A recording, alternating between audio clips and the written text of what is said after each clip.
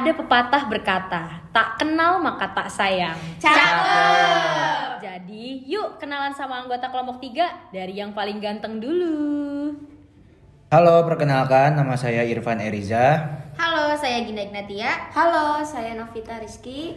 Halo, saya Anissa Salsabila. Halo, saya Jessica Azari. Saya Tika Melani. Dan saya Anissa Galuh Kinaya. Pada mata kuliah Sitohistoteknologi kali ini, kami kelompok 3 akan membahas tentang pendahuluan histologi. Nah, topiknya ada 3 nih. Yang pertama ada pendahuluan, yang kedua ada penanganan jaringan basah, dan yang ketiga ada fiksasi. Kita bahas pendahuluan dulu yuk. Histologi adalah ilmu yang mempelajari tentang struktur jaringan secara detail menggunakan mikroskop pada sediaan jaringan yang dipotong tipis.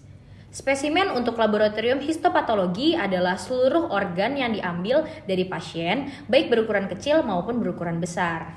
Yang selanjutnya ada processing jaringan. Tujuan dari processing jaringan adalah untuk menggantikan komposisi cairan jaringan dengan substansi tertentu, misalnya parafin, untuk memperkeras jaringan agar dapat dipotong menjadi bagian yang tipis. Nah, ada 4 tahap proses jaringan. Tahap pertama ini adalah fiksasi, tahap kedua dehidrasi, dilanjut dengan tahap 3 yaitu clearing, dan yang terakhir adalah tahap 4 impregnasi. Nah, selanjutnya ada penanganan jaringan basah. Prinsip pengambilan jaringan basah yang pertama mengikuti kaidah ilmiah spesifik berdasarkan organ. Ada biopsi insisi, yaitu mengambil sedikit jaringan dari lesi yang dicurigai. Biopsi eksis mengeluarkan seluruh lesi serta jaringan yang berdekatan. Lumpektomi mengeluarkan massa tumor dan jaringan kista. Organektomi mengeluarkan seluruh atau bagian organ tertentu. Selanjutnya ada operasi radikal, yaitu reseksi dengan pengambilan kelenjar-kelenjar getah bening regional.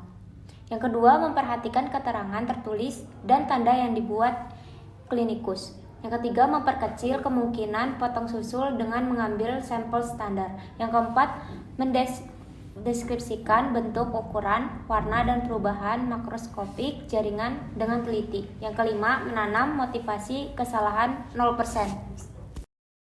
Selanjutnya yaitu ada penanganan jaringan basah.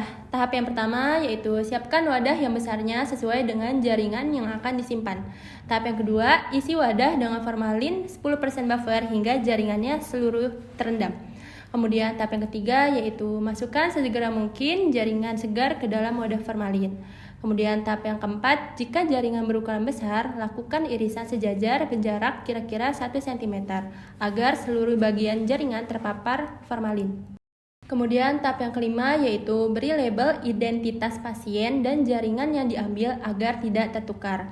Kemudian tahap yang keenam yaitu pastikan wadah sudah ditutup dengan rapat dan benar agar formalin tidak tumpah atau bocor. Kemudian tahap yang terakhir yaitu segera kirim ke laboratorium patologi anatomi disertai formulir permintaan pemeriksaan yang telah diisi langkah dan ditandatangani oleh dokter pengirim.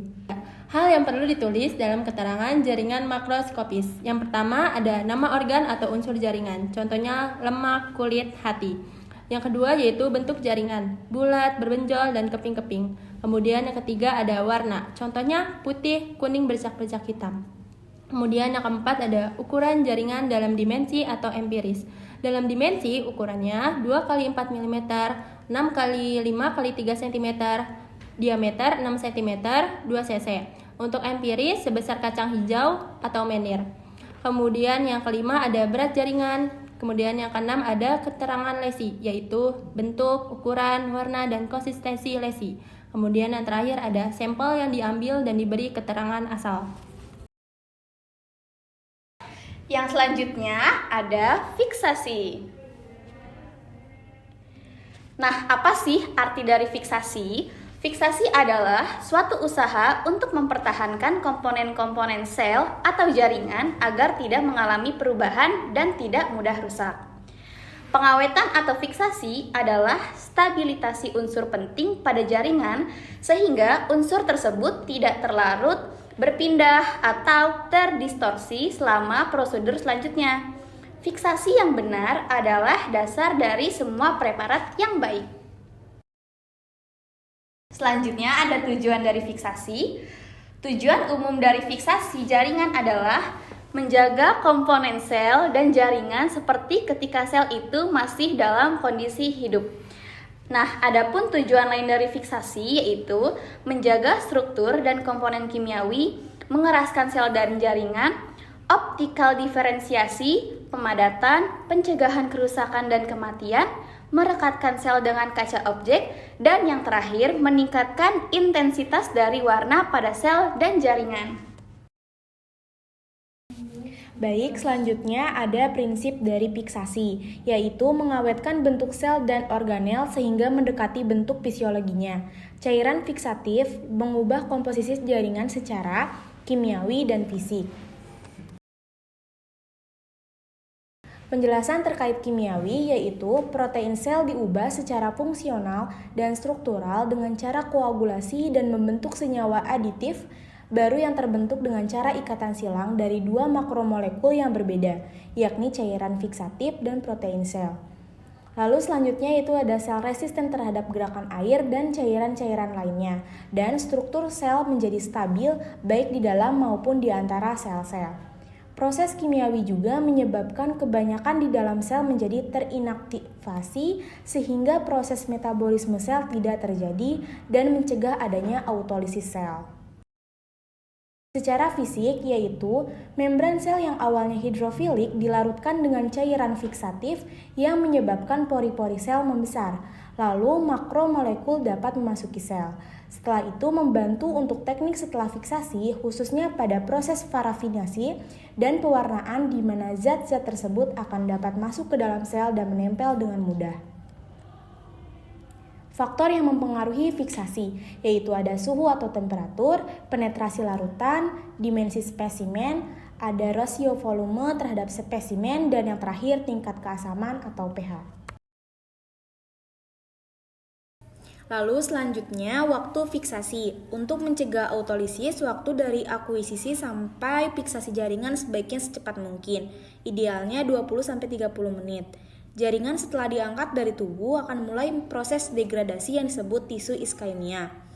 Tisu iskemia dibagi menjadi dua yaitu waktu warm iskemia dan waktu cold iskemia. Pengaruh tisu iskemia yaitu tes IHK dan molekuler. Selanjutnya, durasi fiksasi. Untuk sampel yang dieksisi secara bedah, waktu fiksasi yang direkomendasikan untuk pengujian lanjutan dengan teknik IHC atau ISA adalah 6-72 jam. Berikut hasil gambaran sampel terfiksasi dengan waktu yang berbeda, yaitu ada 1 hari, 28 hari, 42 hari, dan 49 hari. Untuk hasilnya yaitu, untuk hari ke-28 terjadi penurunan intensitas, tetapi beberapa sel masih memberikan pulasan yang baik, sehingga masih diberi scoring yang sama seperti hari ke-1. Sedangkan fiksasi sampai hari ke-42 dan 49 hari terjadi penurunan intensitas yang signifikan. Berikut ini ada syarat larutan fiksasi. Yang pertama, memiliki kemampuan untuk menginaktivasi enzim pada proses pembusukan. Lalu ada mampu mempertahankan jaringan dan menyediakan kondisi untuk dilakukan dehidrasi clearing dan embedding. Yang ketiga, tidak menyebabkan jaringan membengkak atau mengerut dan tidak melarutkan bagian dari jaringan. Yang terakhir, mampu membunuh bakteri, jamur, dan virus pada sel atau jaringan. Selanjutnya ada tipe fiksasi. Tipe fiksasi ini ada dua, aldehid dan merkuri. Aldehid terdiri dari formaldehid 10%, glutaraldehid 2%. Fiksasi terjadi akibat terbentuknya ikatan silang antar protein. Larutan kerjanya 10%, buffer neutral formalin. Lalu selanjutnya ada merkuri. Penggunaannya fiksasi cepat sehingga menyebabkan beberapa jaringan menjadi keras dengan detail nukleus sangat baik. Aplikasi terbaik untuk fiksasi hematopoietik dan jaringan retikuloendotelial. Tipe fiksasi selanjutnya ada alkohol dan pikrats. Alkohol, metanol, dan etanol. Fiksasi dengan melakukan denaturasi protein. Aplikasi terbaik untuk fiksasi sitologi dan juga pikrats dikenal sebagai larutan fiksasi Bowens, memberikan detail nukleus yang baik pada jaringan dan tidak menyebabkan jaringan keras. Selanjutnya ada jenis-jenis larutan fiksasi. Larutan sederhana, yang pertama ada formalin dan asam kromat. Formalin, larutan fiksatif yang paling umum digunakan untuk histopatologi adalah larutan 4% formaldehid yang biasa disebut dengan formalin 10%. Dapat mempertahankan pH netral dan memiliki tekanan osmotik yang sama dengan cairan ekstraseluler. Selanjutnya asam kromat. Asam kromat dapat mendenaturasi protein pada jaringan agar cairan pewarna dapat terserap dengan baik. Asam kromat juga dapat mengeraskan struktur jaringan. Lalu di sini ada larutan sederhana yang ketiga, asam asetat dan asam pikrat. Asam asetat digunakan untuk mengurangi penyusutan yang disebabkan oleh bahan-bahan lain seperti etanol. Asam asetat penetrasinya sangat cepat, tapi fiksatif ini dapat melisiskan eritrosit. Lalu asam pikrat. Pikrik asid direkomendasikan sebagai komponen fiksatif untuk mempertahankan glikogen. Pikrit asid sebagai larutan fiksasi yang selalu digunakan secara kombinasi dengan agen fiksatif lainnya. Contohnya larutan Bowens dan Hollands. Yang selanjutnya ada larutan majmuk. Yang pertama ada larutan Bowen. Komposisinya terdiri dari asam pikrat 2,1% dalam aqueous 1500 ml, formalin 37%, formaldehid 500 ml, asam asetat glasial 100 ml. Komponen penyusun larutan Bowen bekerja baik untuk mempertahankan morfologi sel. Spesimen biasanya direndam dalam larutan Bowen selama 24 jam. Namun, ketika penyimpanan terlalu lama, di dalam campuran ini dapat menyebabkan hidrolisis dan hilangnya DNA dan RNA. Yang selanjutnya ada larutan Zenker. Komposisinya itu terdiri dari merkuri klorida sebanyak 5 gram, kalium dikromat 2,5 gram, natrium sulfat 1 gram, dan aqueous 100 ml. Larutan fiksatif Zenker mengandung merkuri klorida yang berfungsi untuk mempresipitasi protein. Kelebihan dari larutan fiksatif Zenker adalah daya fiksasinya cepat dan kuat. Kekurangan dari larutan fiksatif Zenker adalah pemaparan jaringan di dalam larutan fiksatif ini yang melebihi waktu yang ditentukan akan mengakibatkan jaringan menjadi rapuh atau keras. Yang selanjutnya, fiksasi rutin yang digunakan. 10% netral buffer formalin atau NBF direkomendasikan sebagai zat fiksasi untuk jaringan dengan teknik IHC atau ISH. 10% NBF sebanding dengan larutan 4% formaldehid. Fiksasi melalui cross-linking, lalu digantikan secara rutin, yaitu disimpan maksimal 6 bulan, disimpan pada suhu ruangan, diberi label tanggal pembuatan atau pengenceran dan tanggal kadaluarsa. Yang selanjutnya ada efek penundaan fiksasi. Penundaan fiksasi pada pulasan HE.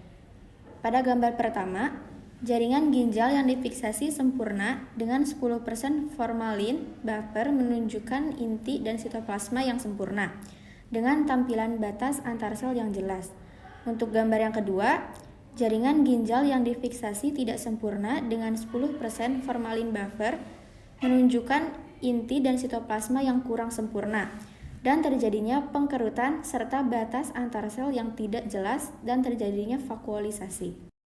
Yang selanjutnya, efek penundaan fiksasi formalin terhadap biomarker payudara. Markernya itu ada dua, yaitu IHC dan molekuler. IHC terdiri dari estrogen reseptor, progesteron reseptor, dan CRB-B2. Untuk molekulernya itu, fluorescent in situ hybridation atau FIS dan FIS HER2. Yang selanjutnya ada gambaran kasus A dan B fiksasi setelah 30 menit. HER2 yaitu IHC dan FIS. Hasilnya itu, kasus A dan B, IHC dan FIS memberikan pulasan yang baik untuk interpretasi. Yang selanjutnya, gambaran kasus C dan D difiksasi setelah 2 jam. HER2, IHC dan FIS. Kasus C dan D, IHC tidak memberikan efek terhadap penundaan fiksasi, tetapi FIS signal yang dihasilkan tidak merata di antara sel. Ya, selanjutnya ada gambar HE dan FIS HER2. Kasus A dan B fiksasi segera atau 0 menit dan kasus C dan D difiksasi setelah 4 jam. Hasilnya, kasus A dan B pulasan FIS memberikan pulasan yang baik untuk interpretasi. Kemudian pada kasus C dan D pulasan FIS, batasan antar sel tidak jelas, resolusi signal kurang bagus, dan sinyal orange pudar dibanding sinyal hijau. Ya, selanjutnya ada pilihan fiksasi. Yang pertama ada larutan Zenker berwarna orange untuk biopsi jaringan sumsum tulang. Kemudian ada Helis berwarna orange untuk aspirasi jaringan sumsum tulang. Kemudian ada B5 berwarna transparan untuk inti sumsum tulang dan tumor. Kemudian ada Bones berwarna kuning untuk jaringan biopsi GI. Kemudian ada Holland berwarna hijau untuk jaringan kecil. Kemudian ada Ort berwarna orange di calves dan bones untuk kelenjar medula. Selanjutnya ada Zambonis berwarna kuning untuk fiksasi EM. Kemudian ada Carno berwarna jernih untuk fiksasi nuklir. Kemudian ada 100% formalin berwarna jernih untuk pemeriksaan jaringan rutin. Kemudian ada 10% formalin salin berwarna jernih untuk pemeriksaan jaringan rutin. Kemudian ada neutral buffer formalin berwarna jernih untuk prevent pigment. Kemudian ada formalin amonium bromid berwarna jernih untuk jaringan otak.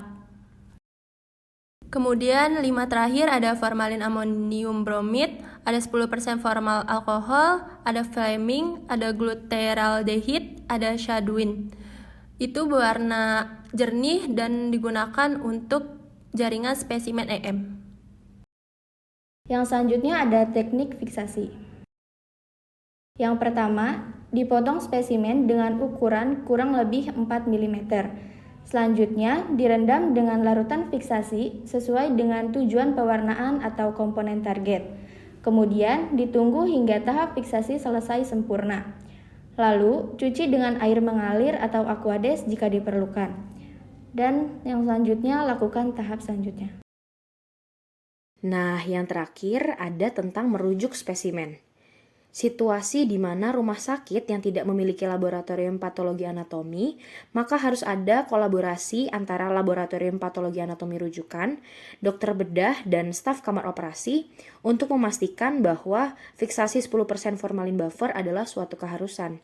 Dengan catatan, seluruh spesimen harus dalam 10% formalin buffer sebelum dikirim. Lalu, waktu dimulai merendam dalam 10% formalin buffer dan waktu jaringan keluar pasca operasi harus dicatat dalam formulir histopatologi. Nah, itu dia tadi pembahasan mengenai pendahuluan histologi, tepatnya tentang penanganan jaringan basah. Sampai jumpa di lain kesempatan. Wassalamualaikum warahmatullahi wabarakatuh. Dadah! Wah.